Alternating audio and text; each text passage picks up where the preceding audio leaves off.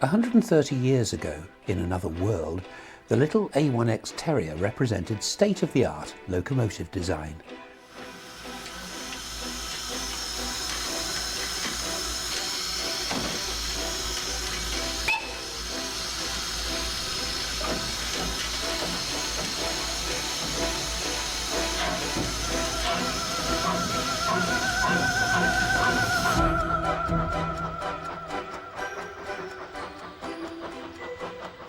The London, Brighton and South Coast Railway used them on commuter trains, and it was said that if you could drive and fire a terrier, then you could drive and fire anything.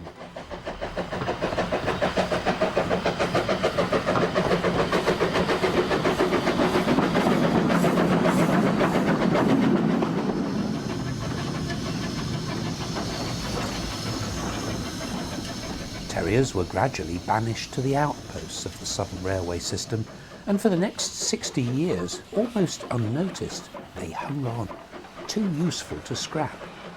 They're 1870 technology, aren't they? Made out of wrought iron, to obviously a very old design, but they stood the test of time.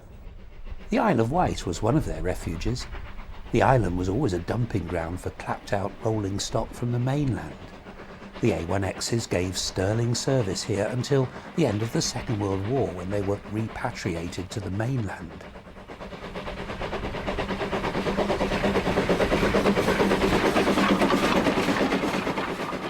There are still a few Isle of Wight engine men who can remember them here, like Ken West, who returned to work on the Terriers in the preservation era. Just lay the water out the main res. Once you've been stood all night, some water accumulated. That's how your brakes work freer. Ken joined the railway as a lad at Newport Shed and got to know the Terriers well. That's a pump. West needs a pump. That's what works the brakes. Both these locomotives I fired far back as 1946. I fired them up what was known as immersed in the Ventnor West Branch. And that was very picturesque and a pretty little job. Then you went out in two coaches, what they call push and pull. Sometimes, in emergency, the Terriers worked the heavy holiday trains, and Ken can remember the day this very engine ran out of coal. We booked on a turn of duty at Newport Shed, and the only locomotive they had, funny enough, was this one, number 8. Now we had to take that one with 5 coaches to do 4 trips of K's and 3 trips of ride. And we run out of coal about teed on. But she done the job, and she's pulling 5 of them. You're talking about 130 ton empty.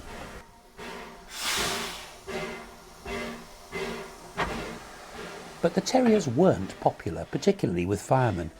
A day on an A1X was a backbreaker. They were just too small, and the firehole door was just too low. So the fireman would be either bent double or banging his head. The Terriers have a very low-pitched boiler. The firebox door is on a level with your toe caps, and it's about the size of a large letterbox. You can never see your fire unless you turn yourself into a hairpin and stand doubled up. The cab roof isn't high enough for a man of my height.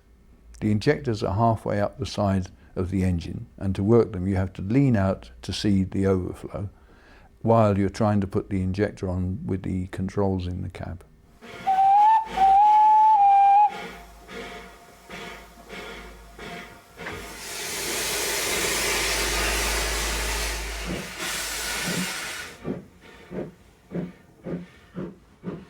The Terriers may have been a nightmare to fire, but firemen don't have a vote at head office, where the bosses identified plenty of uses for a Terrier.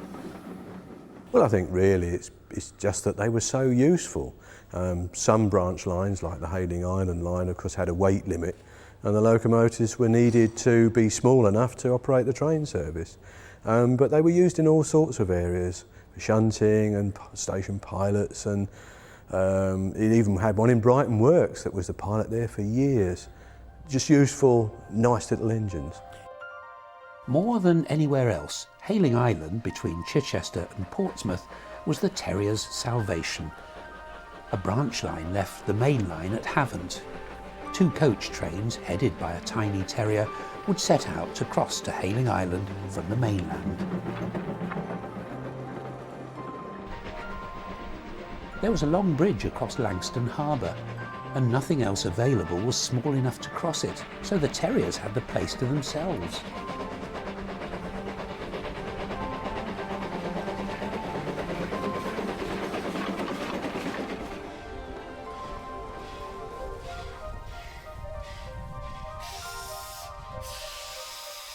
But it wasn't an easy day's work for the engineman from Fratton Shed in Portsmouth, and these images from the early 60s show the grimy reality of everyday life with steam. A quick wash and a cuppa were life's little pleasures. 40 years later, the surviving engines are good as new, but even in the gentler world of preservation, the terriers still have plenty of enemies among engine men. Well, I personally think Stepney, the little A1X, a children's favourite. It's a nasty machine. That you've really got to work hard on a terrier. If you can fire and drive a terrier well, nothing else will be a problem to you. It's strange to think that the London and Brighton Railway relied on these finicky little machines to rush city gents to work in an age when people were less tolerant about getting to the office late. These engines are actually built for London commuter traffic in the 1870s, and the reason they're called terriers is they were actually quite fast in between station stops. The coaches at the time being a lot of small wooden bodied vehicles. I'll now put the engine into reverse gear, and that will enable me to go backwards. I'll make the brake again, and this time I'll have to open the regulator because we're going uphill, so we need steam, and off we go.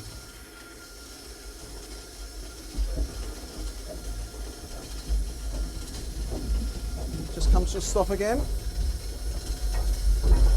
And applying the brake, hopefully for a gentle stop.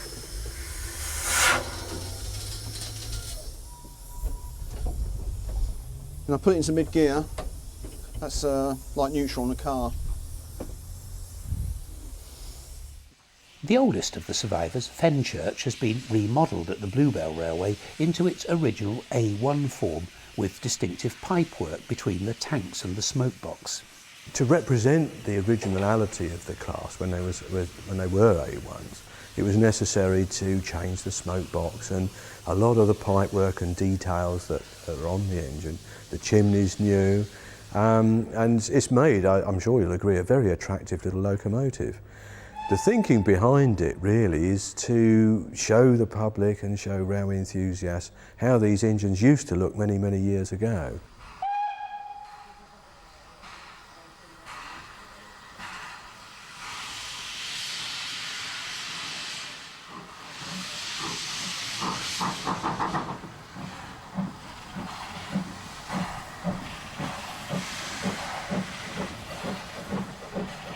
At the end of the 19th century, when the London, Brighton and South Coast Railway had its terrier fleet in service, a fleet that helped to cement the reputation of Stroudley as a designer, the London and South Western Railway had its own brand new tank engine and an equally celebrated designer, Drummond.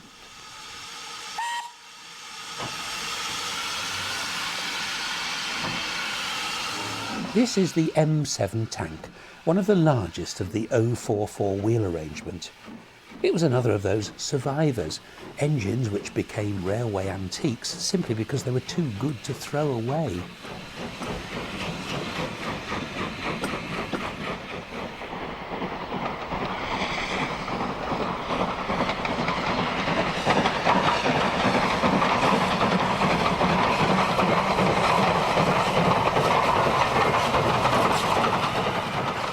Like the terriers before them, the M7s found their way into the backwaters of the Southern Railway.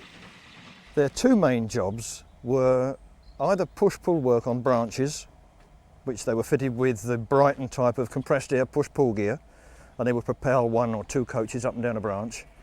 The other job, for which quite a number of them were used, particularly in London, was for empty coaching stock workings from Waterloo out to Clapham Junction.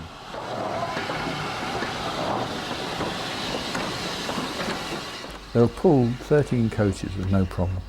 They'll even accelerate in mid-gear pulling 13 coaches, which takes a bit of strength. We used to pull trains from Bournemouth West station up into the sidings, and we used to even work empty stock trains with them. And you might have a 12-coach train with an M7, and they used to handle it. They were capable of a gallop. Commuters were getting home to Guildford faster 100 years ago than they are now.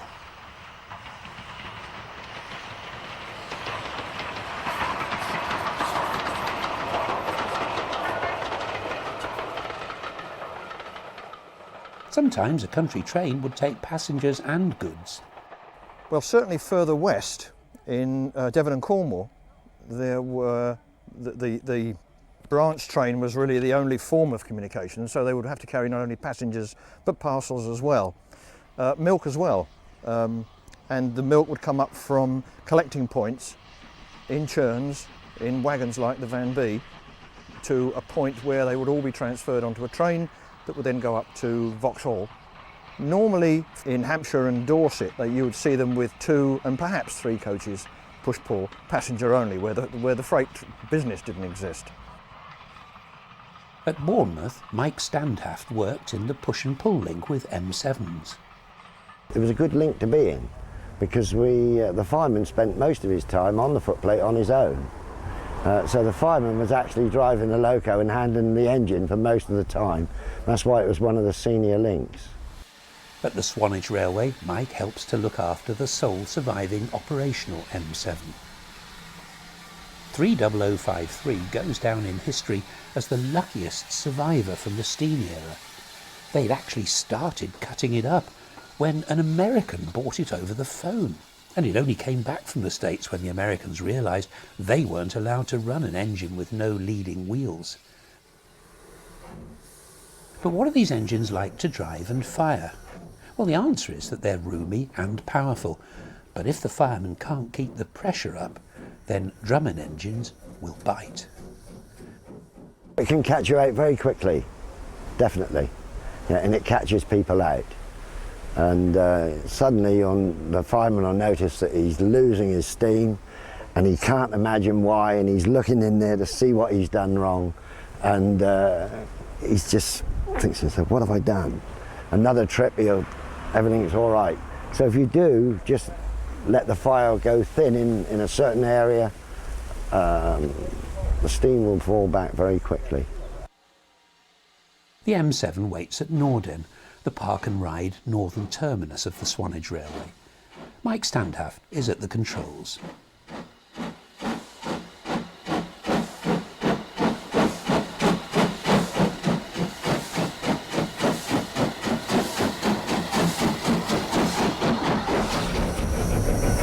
We're only on the first valve of the regulator, and the lever's up in about 30%. I try to give her the first valve fully open and then keep the lever up above 35, 30%, 20. And when I'm on the level, I pull her right up inside 20 to 15. And that cuts her right off, and then she works lovely. The Swanage Railway in the shadow of Corfe Castle is one of the most scenic routes in Britain, and it's also a working railway, helping to take road traffic out of the Purbeck Hills. It's the perfect setting for an M7.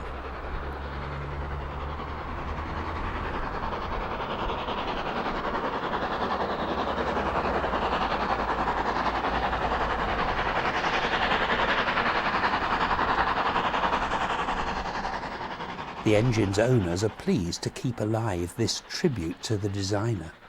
Drummond was a very clever man, although, you know, when you look at a simple locomotive like that, and it is simple, you don't realise the subtlety that's there. You only really find out about that when you're using it or when you're restoring it. But it's a wonderful machine. They were very comfortable engines to ride on. They were a lot more comfortable than the modern standard tanks to ride on. Why they were like that, I don't know, and I think a lot of it was to do with the fact they were inside cylinders, and an inside cylinder engine always rides better than an outside cylinder engine.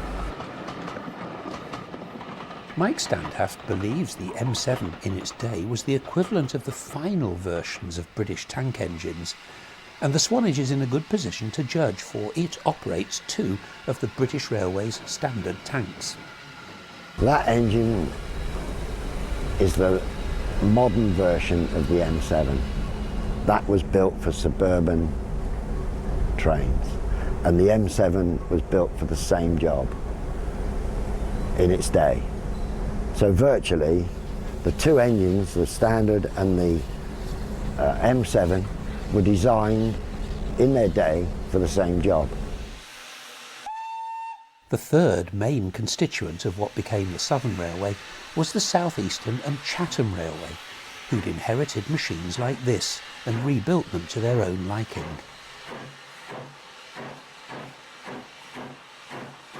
The 060 tender engine was to become one of the mainstays of 20th century British steam. This version is the O-class, rebuilt as the 01. Well, the locomotive was built at Ashford. Ashford Locomotive Works by the South Eastern Railway. And as you can see, it looks quite old because it was built in 1896. It was subsequently rebuilt by the same company in 1908 with a bigger boiler in, as you see it now, and was class 01. Originally it was class O.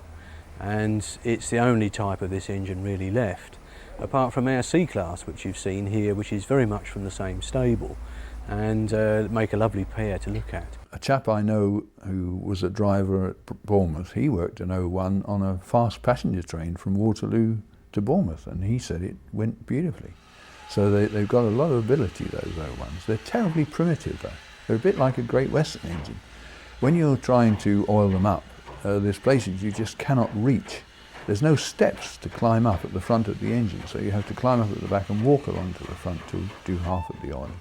The axle boxes can't be oiled simply by filling an oil box with pipes running to the axle box. You have to dive in head first and find the axle box and poke oil into it itself, and there's all sorts of strange things like that. But that aside, they're very nice engines. They're very comfortable to drive, easy to fire. I think from the firing point of view, there's only one thing wrong with them, the tender. It's got a limited water capacity, and because they had to poke in as much water as they could, they've made the water container a square box. The coal lies on top of the square box, so there's no depth of coal. The bit that you shovel from the space that you shovel from carries about a ton of coal at the most. Once you've used that, you've got the problem of getting the coal off the shelf into that hole. In BR days, it was simple. You climbed up there and shoveled it forward while you were running. But they wouldn't allow you to do that now. Here the 01 is double-heading with another southeastern design, the C-class. And at a casual glance, the 2 machines look identical, though the C-class is a more modern design altogether, a Wainwright creation from Ashford Works at the beginning of the century, and now turned out again in all the original glory of the southeastern.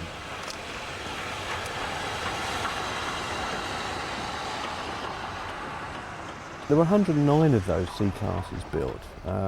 They were, heavy goods vehicles or heavy goods locos of the day, very soundly engineered and a little bit more modern in the sense they had better valve gears and rather more robustly constructed.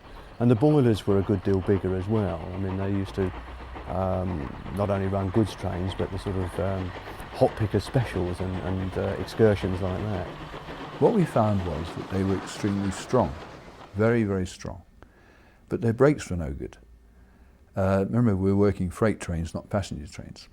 Now, when you're working a freight train, the only brakes you've got are the engine's brakes and the brake van at the back. If you have 600 tons on with the C-class, although you can pull 600 tons, you've got a very hard job to stop 600 tons. The handbrake on a C was useless, so we were used as firemen to walking over to the handbrake and checking the train down. When you tried to do that with a C, nothing happened. Then when the driver put the brake on, nothing happened again, because the arrangement of the brakes on a C is such that there's hardly any braking effect. So although we liked them for their pulling abilities, we didn't much care for them in comparison with Brighton engines for their stopping abilities. In recent years, Clive Groom, the leading steam teacher in Britain, has passed on his skills to hundreds of enthusiasts. His footplate days and ways courses have turned many volunteers into drivers and firemen.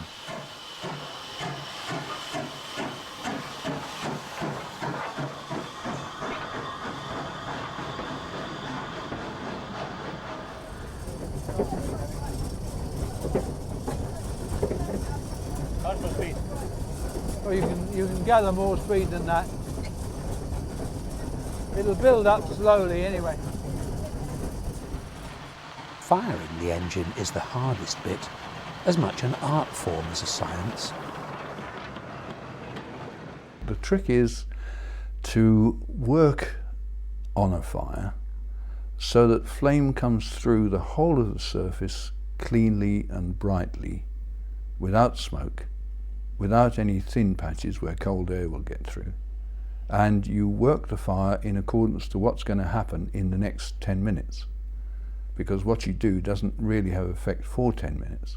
So if you've got a bank approaching and you know the engine's going to be worked hard, you have to thicken the fire up before the bank in such a way that the extra coal doesn't cool the fire down, and in such a way that when the blast comes on the fire, there's sufficient fuel on the fire bed to withstand the blast and it doesn't draw holes in the fire.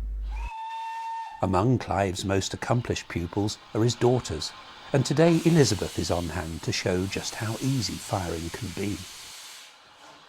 Right, now, the fire, as you see, is quite a nice depth, shape and colour, and it requires only a small sprinkling of coal around the compass points of it, as it were. And what we do, we take 3 places across the front, 3 places up the sides and 3 places across the back, and Elizabeth will direct her shovels to those places. Okay, so Elizabeth, if you just throw a little round that box just to finish the fire off.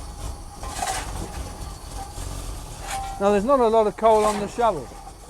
That's why it's easy work. And with small amounts of coal, you keep the heat of the fire to its maximum intensity. And that is the art of firing. Small quantities, frequently thrown, and to exactly the right place.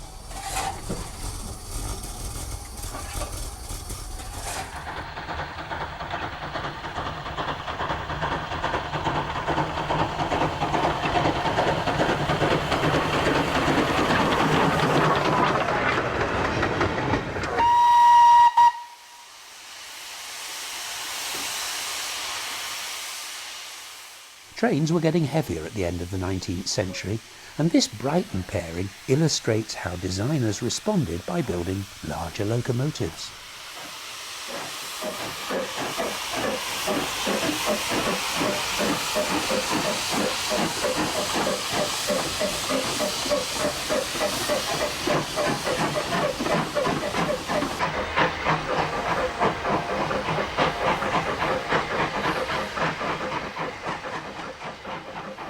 The engine behind the Terrier is one of the E4 class introduced in 1897. The various E-classes with their 062 wheel arrangement became an important part of the Brighton fleet. The E4s, E4Xs, E5s, E5Xs, they're lovely tank engines. I didn't think a lot of them when I worked on them at Norwood, but I've subsequently come to realise they are a very nice engine. It was the E4s that helped to kick the Terriers off suburban work. Eventually the E4s themselves would join their little cousins in branch line service. But in 1898, when Birch Grove was built, it was a front-line machine. They were really the modern commuter train, or I say modern, you know, the turn of the century commuter train engine. I'm not sure there was as many commuters in those days, but there was a very intensive service. And our South Eastern Railway H-class tank, and of course Birch Grove, used to run that type of traffic into London Bridge and Cannon Street and so on. They were the equivalent to our electric train in a way. They're smooth running, they've got a radial axle box under the cab. The cab is enclosed, the controls are nicely positioned, and the engines drive and fire extremely well.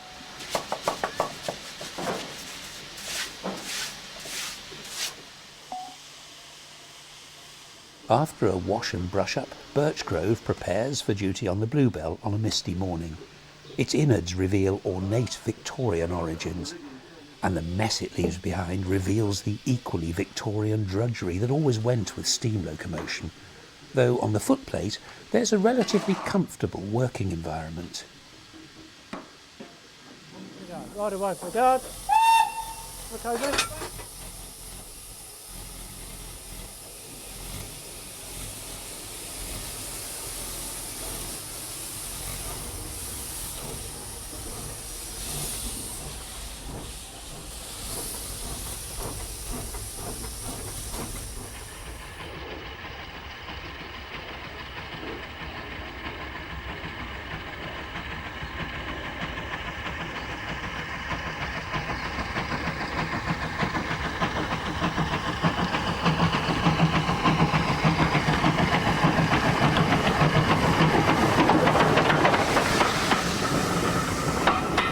Steam coming out the front is from drain cocks, which just allow the surplus water to come out.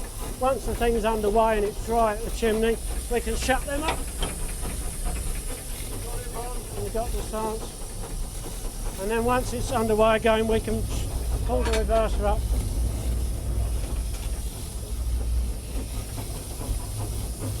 And turn the blower off, which just keeps the fire from coming back in the cab when the regulator's not open.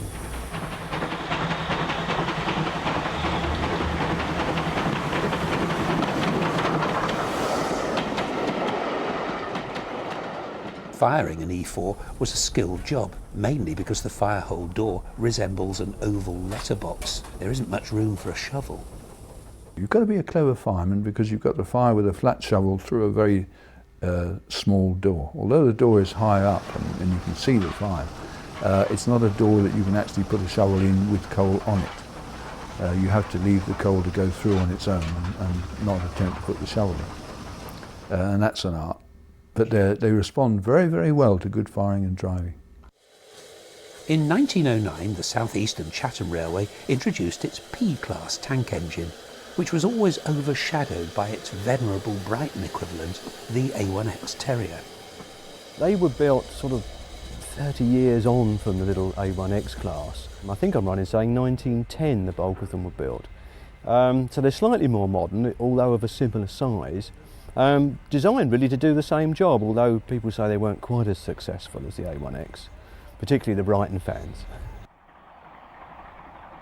This rare triple header shows the P-class to scale, sandwiched between the two Brown engines from Brighton.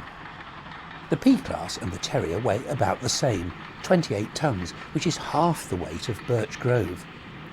Most enginemen would have preferred a P-class machine to the unpopular Terrier. I don't find them nice at all, Terriers. But the P-class has everything working as an engine should have. The firebox door is at the right height, the cab roof is high enough to stand in, the injectors have decent screw-in and screw-out water controls. Mind you, it was built something like 1900, so there's 25 years of development gone into steam engines. The P-class tank is high and thin, which suited the taller crews, and there's a lip to the roof which offered a vague promise of protection from the elements. But where it really scored over the Terrier was in ease of use.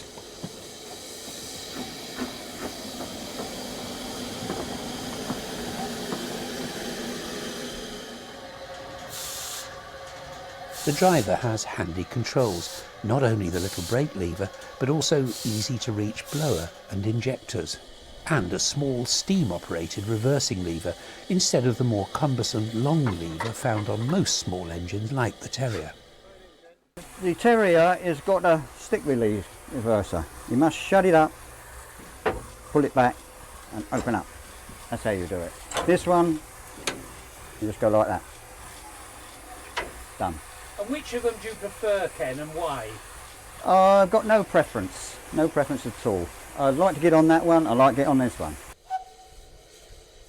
Adhesion weight is a limiting factor on both types, as is about to be demonstrated on the Kent and East Sussex Railway.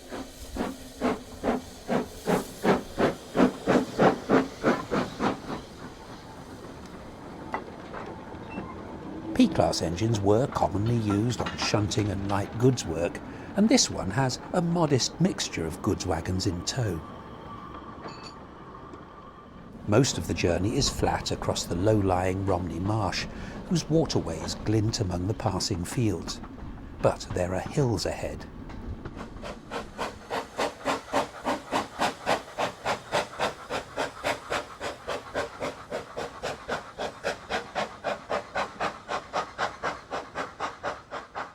What the driver doesn't want is a dead stand on a 1 in 40 incline, especially on a wet and greasy rail.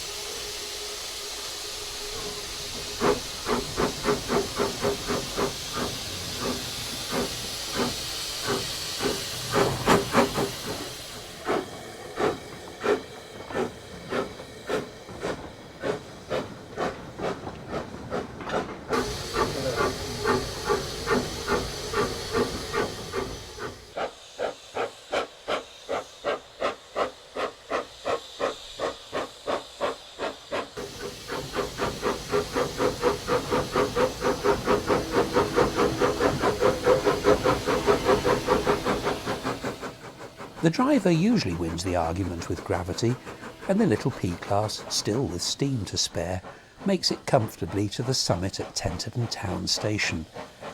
They were, as the Fat Controller would have said, really useful little engines.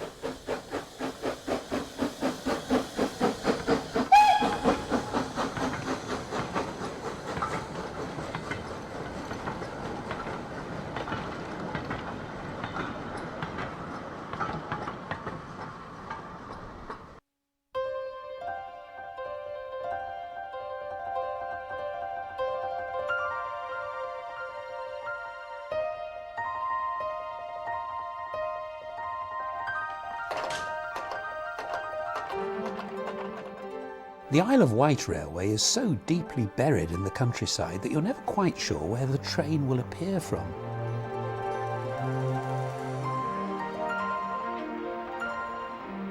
The gem among the fleet is Calbourne, the surviving Adams tank engine of the O2 type that once ruled this little railway kingdom.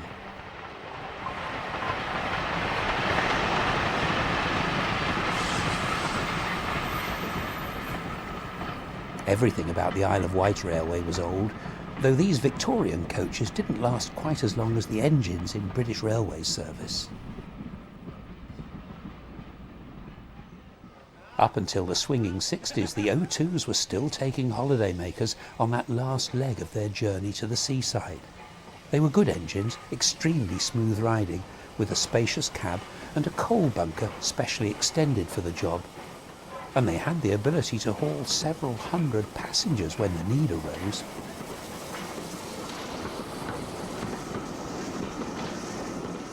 Well, the low summertime, you not the small coaches you've got over there now.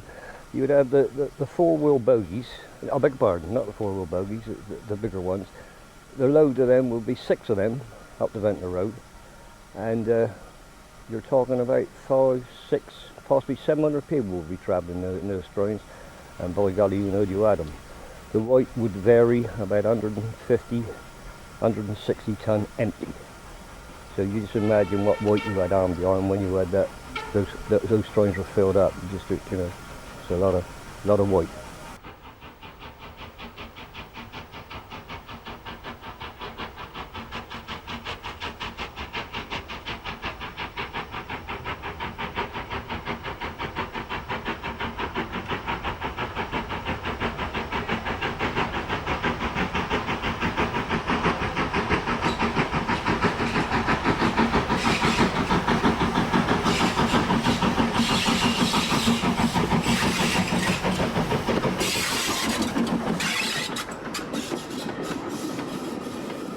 It was the O2s that displaced Terriers from the Isle of Wight, but happily both types are now back on the island. The big difference from the crew's point of view is that Calbourne has a much roomier cab. It's positively palatial compared to a Terrier, and now The fireman could actually see what he was doing. The chief engineer on the railway is full of praise for the O2 and its smaller stablemate.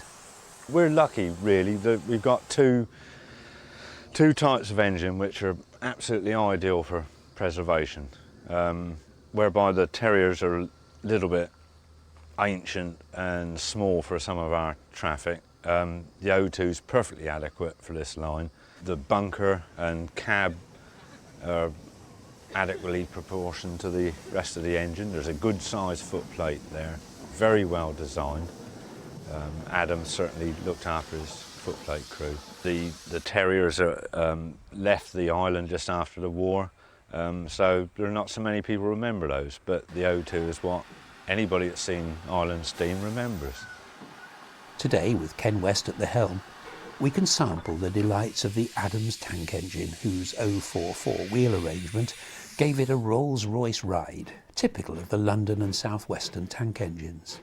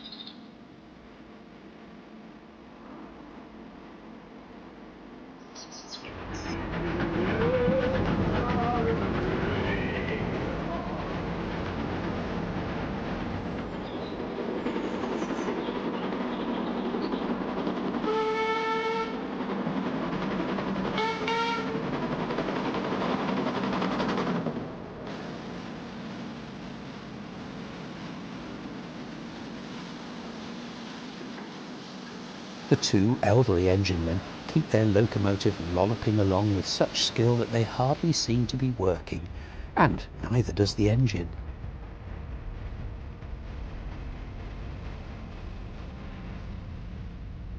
With a relatively small band of volunteers, the Isle of Wight Steam Railway has performed miracles of restoration. The four-wheel Victorian coaches, for instance, had to be recovered from being used as beach huts or chicken sheds.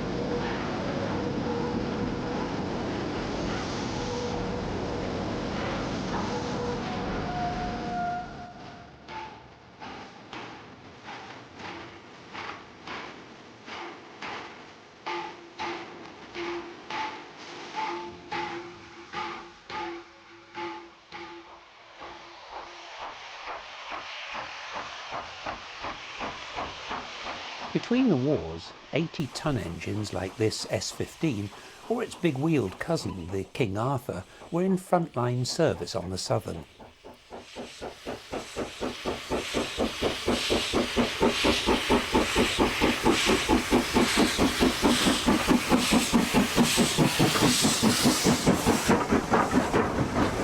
pulling her up so I can get a bit more steam in the steam chest. No, these are out again now.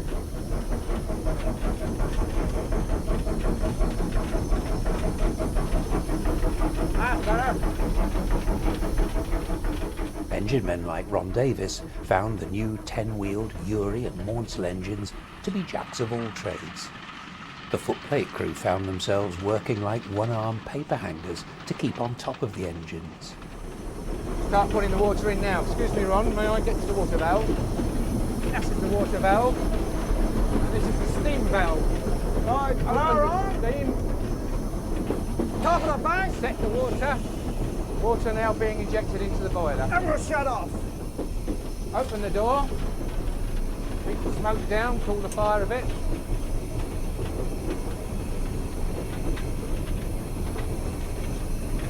If we're really lucky, it won't blow off. The S15 was the principal heavy load hauler. Mainly the S15 is the southern region freight engine. The sort of works we did were the heavy freights with them. They weren't a speed engine. You wouldn't have a fully fitted freight with it normally. It was always heavy freight. We used to bring them out of Southampton docks, out of Beavers Park. That's down at Southampton. I don't know if you know that. That's at Southampton. We used to work heavy freights out of there. And you'd take them mostly up to Feltham, where they were shunted out for all different parts of the UK. Lord Nelson class engines had the glamorous job of hauling the express boat trains, but the real revenue earner, as usual, was freight.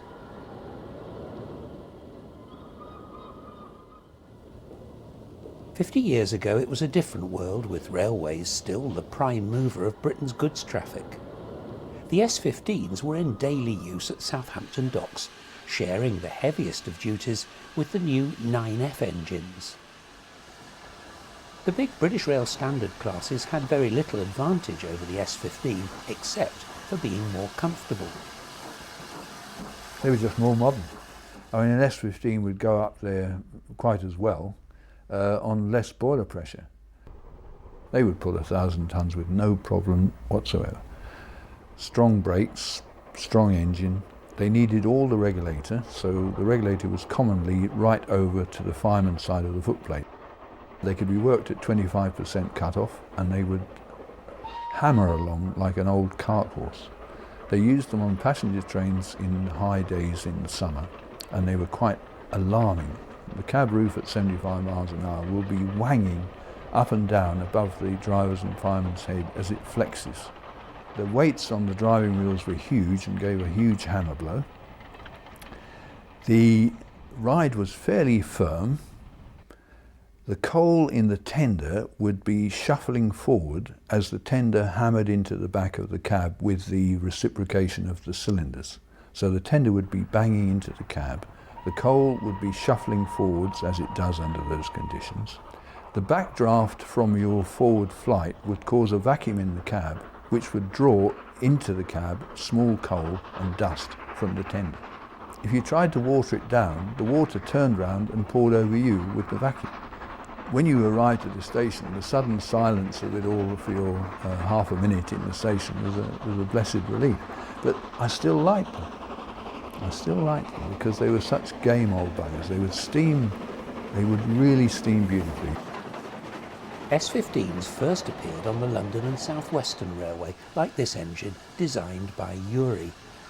But after railway grouping, Maunsell continued to build them for the Southern Railway with slightly higher boiler pressure, and they were good enough to survive until the mid-60s. Today, number 506 is on duty on the Mid-Hants Railway, where it enjoys an energetic retirement, for the railway, known as the Hampshire Alps back in steam days, is a switchback ride. Even the big S15 will work hard on days when there are half a dozen coaches to be taken between Alton and Alresford. Because of the banks that we've got. You know, we get the 1 in 60 banks, and if you put 6 behind 506, 506 is working like she would have done as a freight engine almost. Right. We have the signal, we have a green flag from the guard, we have a whistle.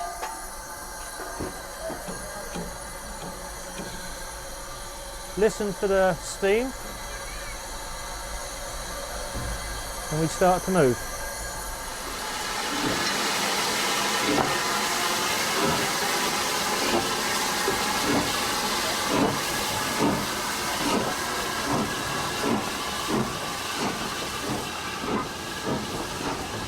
We've got 4 carriages today, which is well within the capability of this engine. It could do 6 or 7 quite easily. But the load today only dictates 4 coaches. We're on a gradient of approximately 1 in 3,000 at the moment, so it's not too bad for the engine.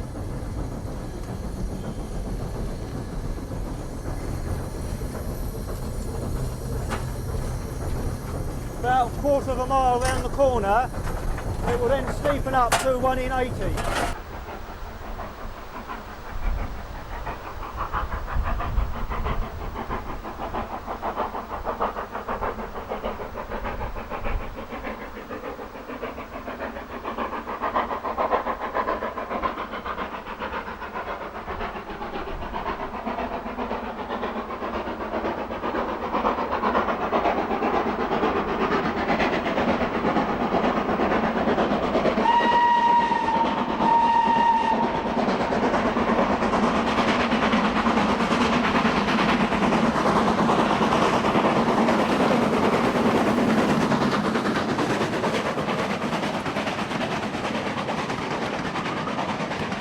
If you had an S15 that ran quiet, you thought there was something wrong. You'd go and book it and say, look, what's wrong with this engine? It's not rattling. They always clanged and banged, but they're a freight engine. You know, that's they're being worked so hard all the time.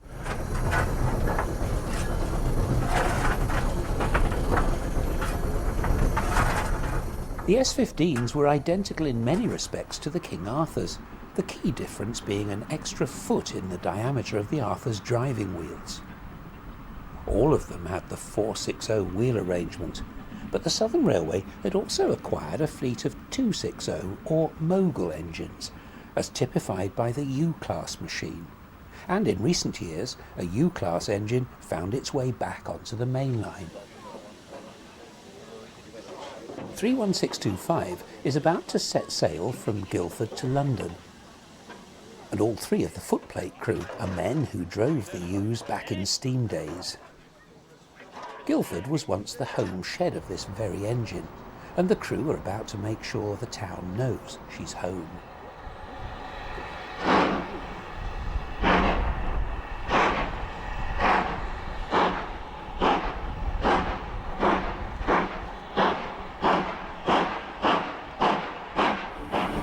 Bringing back the lever to about 45 feet.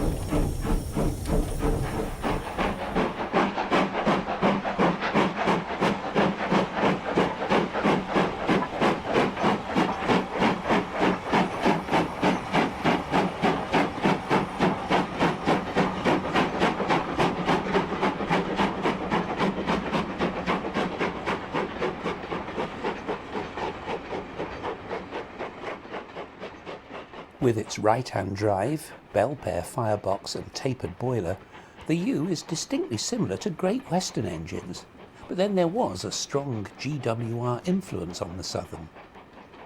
And the firing methods are the same as a Western mogul: fill up the back corners and then let the front of the grate look after itself. This technique, as perfected by Eastleigh engineman John Smith, would have made perfect sense to a Swindon man. All those Maunsell engines, the U's, the N's, the N1s, U1s, W's, they were all very, very nice engines. The three-cylinder versions were like Rolls-Royces.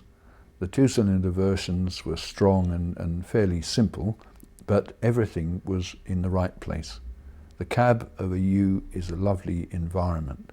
The reverser is easy to use, completely balanced, much better than any BR standard reverser, much better. The regulator is easy to handle, it's balanced. Of course, it's basically a Great Western engine with improvements. So all the good things about a Great Western engine are there, and all the bad things are not. I was at Bricklayers Arms, and we had those type of engines down there. There was U's, U1s, N's, M1s, basically the Maunsell type engine. You know, they were a nice engine. The N class was a smaller wheel. That one they used to use like 1625 as more passenger service, you know, because it got a 6-foot driving wheel. But it got along. It does get along, and for its age, it does very well. That type of engine does like caning. You know, it's not an engine you nurse along. Otherwise, you'll come to a stand. You do actually drive those engines. They're nice. We use them occasionally on passenger trains. We use the small wheel versions, the N's, on goods trains. They would pull 1,000 tons. They were easy to fire to. The firebox was about 8 feet long. You maintained a sloping fire, high at the back, shallow down the front, and they were a treat to use. I'm very fond of those engines. I think they look good too. This particular machine, beautifully set up by the Midhants Railway, was steaming so well at 60 miles an hour on the main line that they were struggling to keep her from blowing off.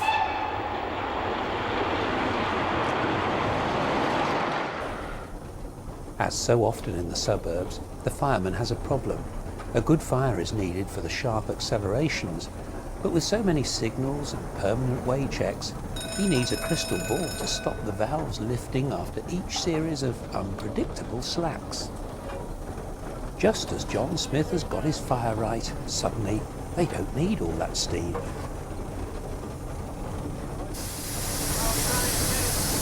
The hiss is from the safety valves. Oh yeah, she's very free steaming, very free. In fact, she can be a bit of a nuisance at times, you know, because you have to control her. But especially a nice clean fire as well. So you don't need the dampers wide open. And as you may have noticed with John Smith, it's, you know, blowing off all the time, like, you know, that's steam from the valves, by the way. With 9 carriages in tow, the U-Class engine storms through the hilly North Downs.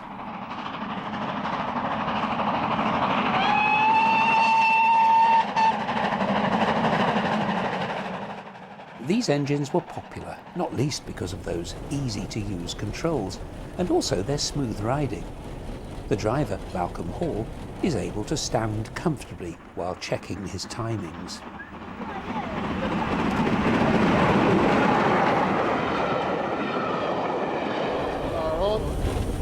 Regulator on. The ideal is 15 mile an hour, so it gives the fireman time to get his steam back.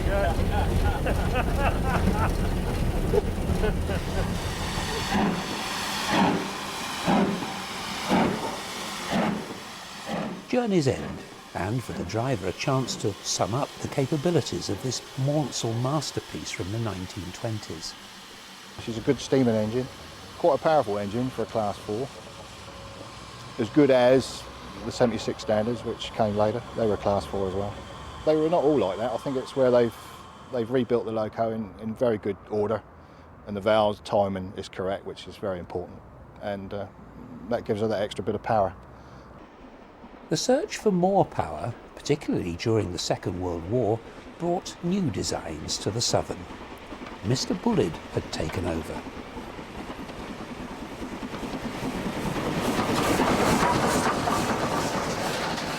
His flat-sided Pacifics, the Spam cans, were a new and hair-raising development for Southern engine men.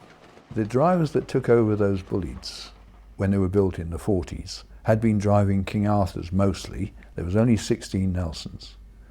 And those King Arthurs were as heavy as lead and practically never slipped whatever you did to them. And then they were suddenly faced with this rather complex machine, full of gauges, with a steam reverser that frightened them to death, 280 pounds pressure, and a regulator that had no real first valve to it. Okay, now most regulators have quite a large first valve which you get the engine going under before you hit the second valve. On a Merchant Navy or a West Country, it's a very quickly opened regulator.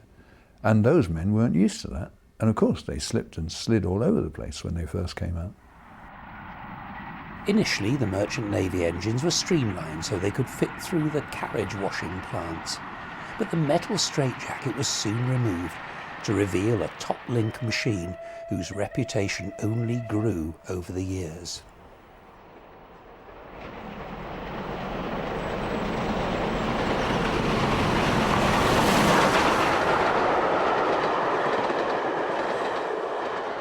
The Bullards were always a welcome sight on a train because they could do anything.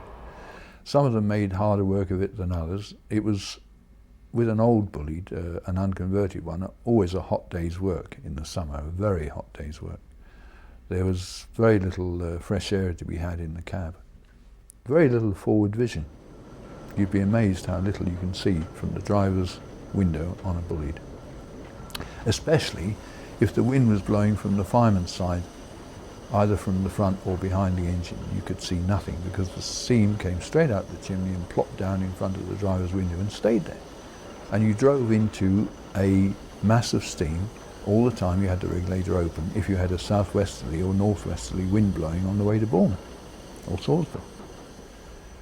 The way the drivers knew the road enabled them to drive in those conditions unbelievably.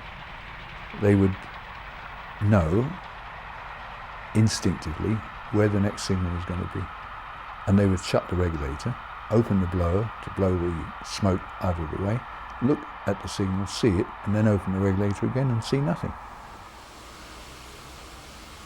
Rodney Tizard progressed from cleaning boy to merchant navy driver. He was an Eastleigh man who watched the conversion of this class at Eastleigh Works. He spent his whole career at this one shed, one of the busiest in Britain in its heyday, but now largely silent. It was packed, solid with engines, 17 roads. Basically every road was full in the mornings. And as the day went on, of course the shed became quieter, smoky, dirty, but a good ambience, a good amount of laughter, a good lot of fun, because we were cleaner lads then. Health and safety today would have, you know, they would have gone mad. We used to scamper up on top of the boilers, hobnail boots, relied on the studs to keep our feet on the handrails while you cleaned off the top of the boiler, and in general, just grease monkeys. Rodney typifies a generation of gentlemanly drivers whose quiet humour and modesty disguised an inner toughness, for they were responsible for rushing several hundred tons of train through the countryside.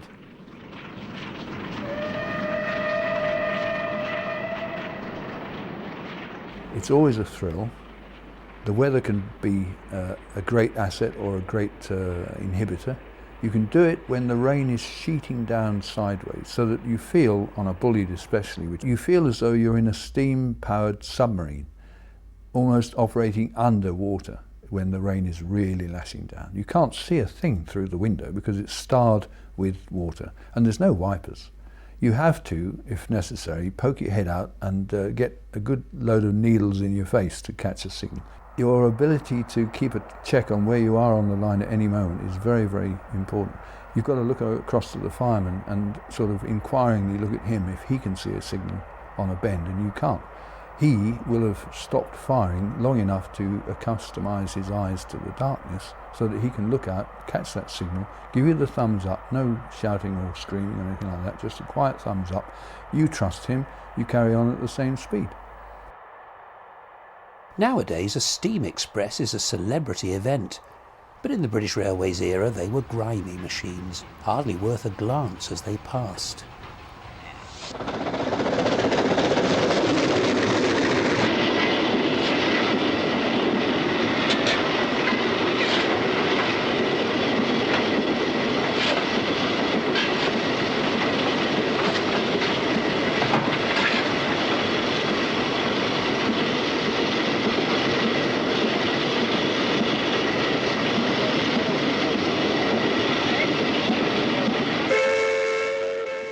Clive Groom remembers the excitement and terror of trips like these.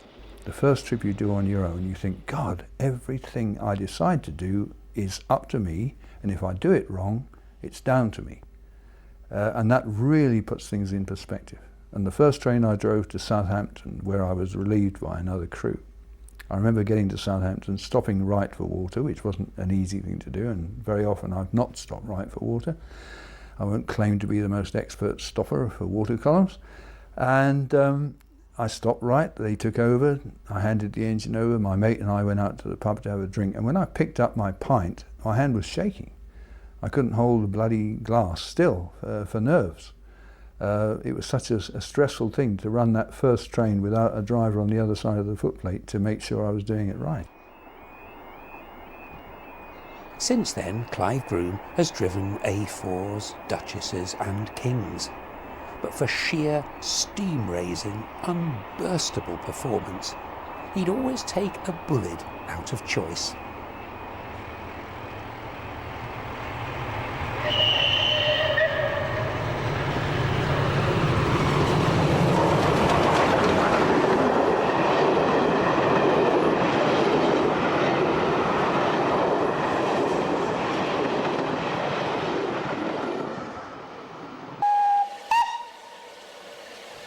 Not that all of Bulleid's machines had film star looks.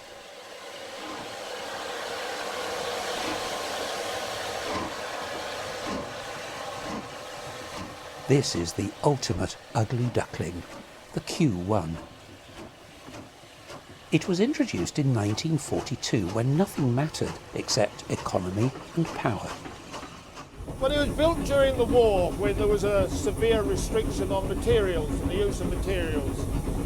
And it's called a Class Q1 because it was based on Bulleid's predecessor, who designed a class of engine Class Q.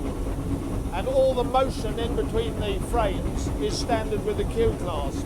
It's merely the sheeting and the boiler that was markedly different. Its power-to-weight ratio was without equal, which meant that if the crews could stop it slipping, they had one hell of an engine to work with. The Q1 was a massive improvement on the Q. The Q was under-boilered. The Q1 had a wonderful boiler on it, quite a large firebox. It was extremely strong. They would fly along on a passenger train, a little bit rough, skip all over the place. It looked rougher than it was, possibly because you had no framing hiding the wheels from the driver's view. So looking down on 6 wheels, which were skittering along from side to side on the rough patches, with the side rods whizzing up and down as though they might fly off any minute, was a bit alarming.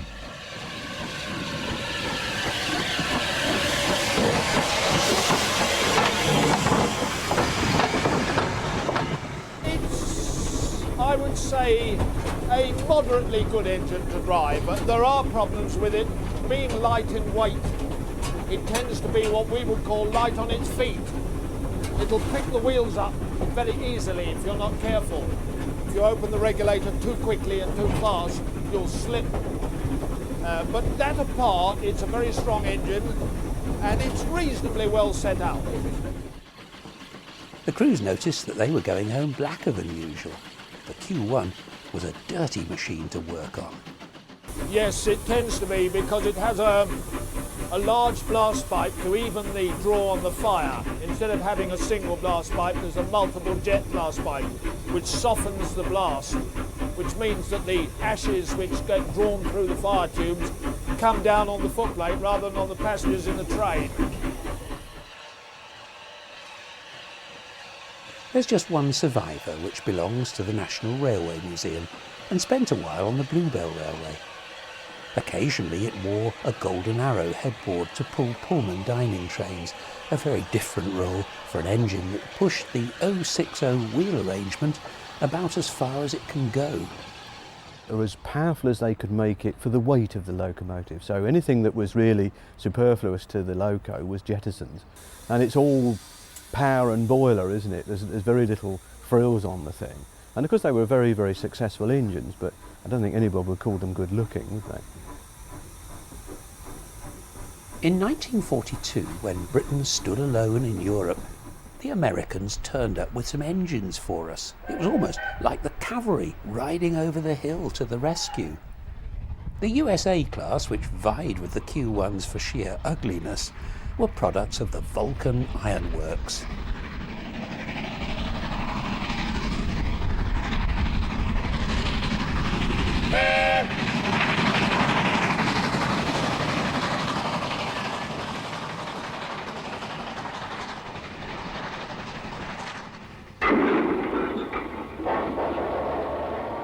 They'd arrived at Southampton docks, and that's where they stayed until 1967.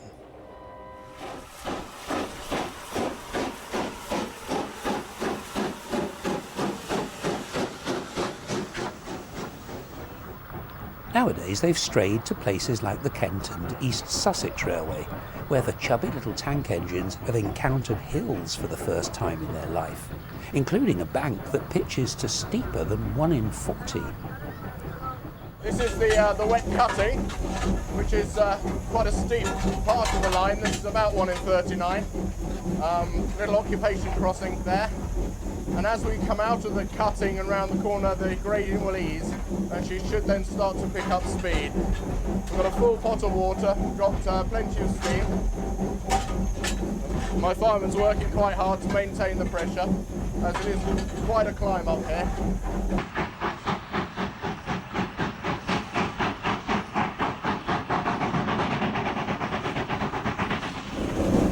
Bit of a wheel slip there.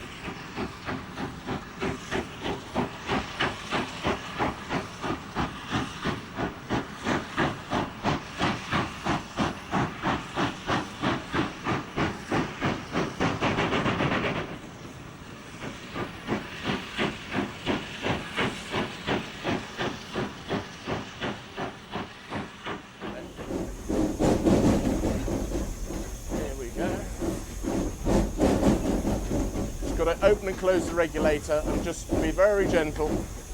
Finger trip control, just try and keep her moving.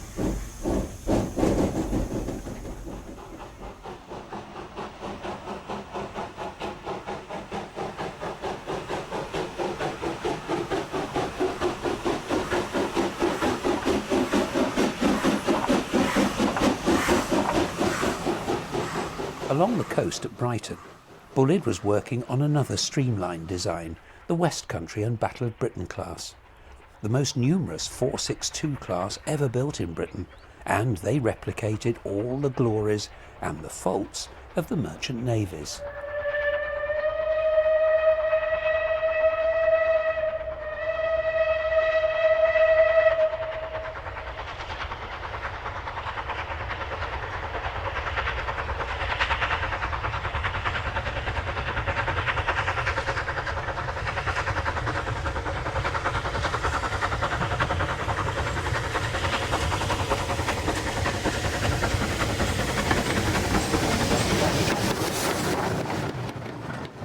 Bournemouth engineman Stan Symes was one of the lucky firemen presented with a brand new Bullard after the war.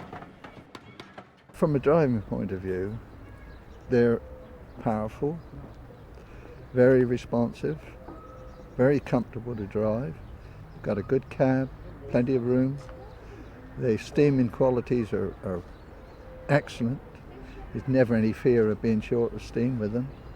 And they had a character of their own. Part of that character was the ability to slip.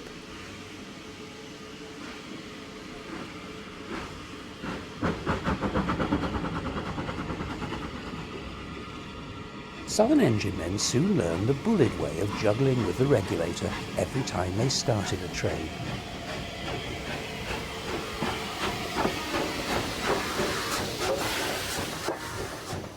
When you started away, you whack the regulator open to make the engine jump forward.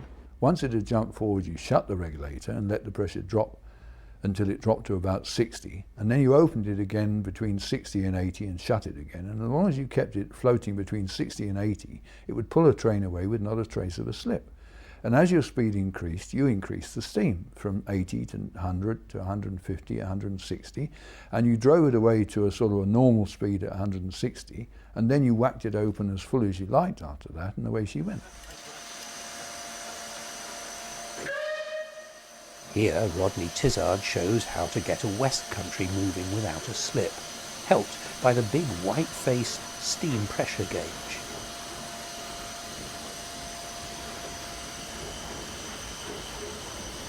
The other main art form of the Bullards was seeing where you were going, for the steam would lie lovingly across the casing and then flop down like a wet blanket across the driver's window, so they took their own bank of fog wherever they went.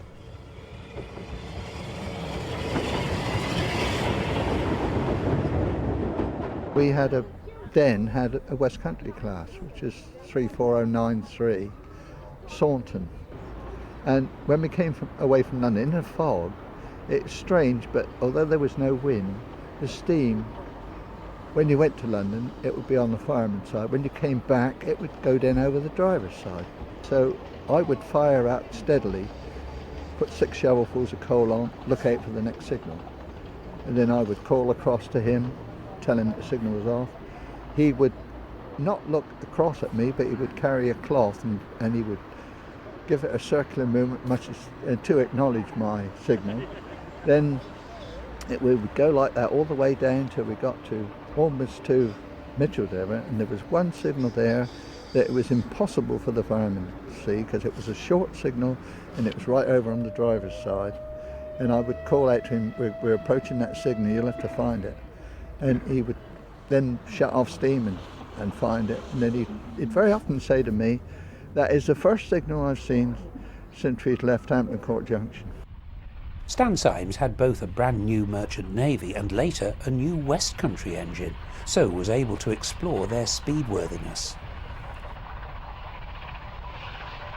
If you are really on the move, you can pull your lever up to about 15% with a Merchant Navy or West Country, and which is quite sufficient, and that engine will be at its best at that point. You can get the speed. A Merchant Navy or a West Country are quite capable of 90 miles an hour, even more if you wanted to, but that was always our maximum, 90 miles an hour, so officially we never exceeded it. Unofficially, they'd top a ton. And for the men who rode in them in the south of England, this was the pinnacle of performance. An engine whose steam-raising ability was quite unparalleled, and whose crews achieved that rare thing, a perfect partnership between man and machine. Well, steam and steam engines are an infinitely variable source of power, self-contained on a frame, which you whiz through the countryside in rather a dangerous manner. Boilers should be strapped down firmly to concrete pads and not placed on a rolling frame and hurtled through the night at 85 miles an hour. We stood on a small platform behind the boiler, threw the coal in on a footplate that was dancing and tossing under our feet. The driver was looking through a tiny window mostly obscured by steam and smoke, catching the sight of signals, any one of which, if missed, would cause a major disaster. It was something that we grew up to. We didn't really appreciate the dangers, we didn't really appreciate the responsibility. We grew into it, and looking at it now as an older man, and having seen many, many mistakes made, I shudder sometimes at our temerity in doing it so light-heartedly. I remember being at the cinema and thinking, while watching Errol Flynn doing some crazy exploits, I'm going to be having more adventure than this when I go to work at midnight. It was extremely exciting. The contact with nature is very deep and a 24-hour contact. We see the sun rise, we see it fall, we see the stars above turning on the axis, we see the seasons come and go, and all the time this engine is running and chanting away around us. It's a very, very stimulating and spiritual sort of life.